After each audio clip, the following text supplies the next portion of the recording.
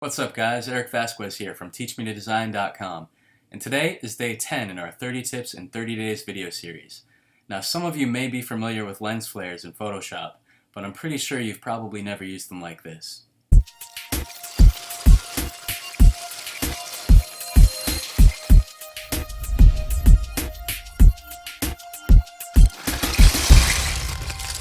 So the first thing that we want to do here is make sure that we have our info panel showing.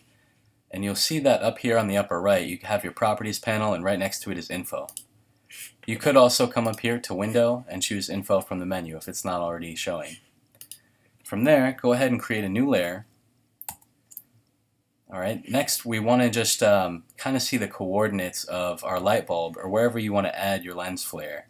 And this is going to make it very, very precise. So let's say we want to add a lens flare right here kind of in the center of the light bulb. You can see in my info panel it's actually saying, well, I don't know if you can see it or not, but it's actually saying the x coordinate is 1630 and the y coordinate is 2572. So write that down if you need to, or if you can just remember it, then you're all set. So from here, all we're going to do is fill our new layer with black, which you can either do by selecting your paint bucket tool and clicking, or if black is set as your foreground color, all you need to do is press Alt Option plus Delete on your keyboard. It's a nice shortcut. So from here, go ahead and come up to the Filter menu and choose Render Lens Flare. Okay.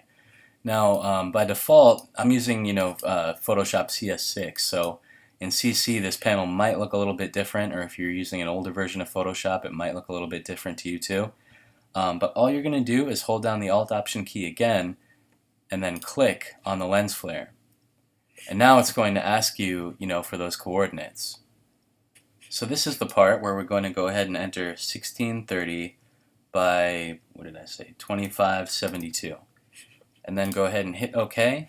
Hit OK once again, or actually, you can change this lens flare up a little bit if you're not happy with the way it looks, but I'm actually going to leave this one as it is. And you can also play around with the brightness here as well. Let's turn it down a little bit. Alright, and then go ahead and apply it. From here, all you need to do is come over to your blending modes and change it to either screen or color dodge. Let's see. Screen's looking pretty good. But you'll see it added the lens flare exactly where we wanted it.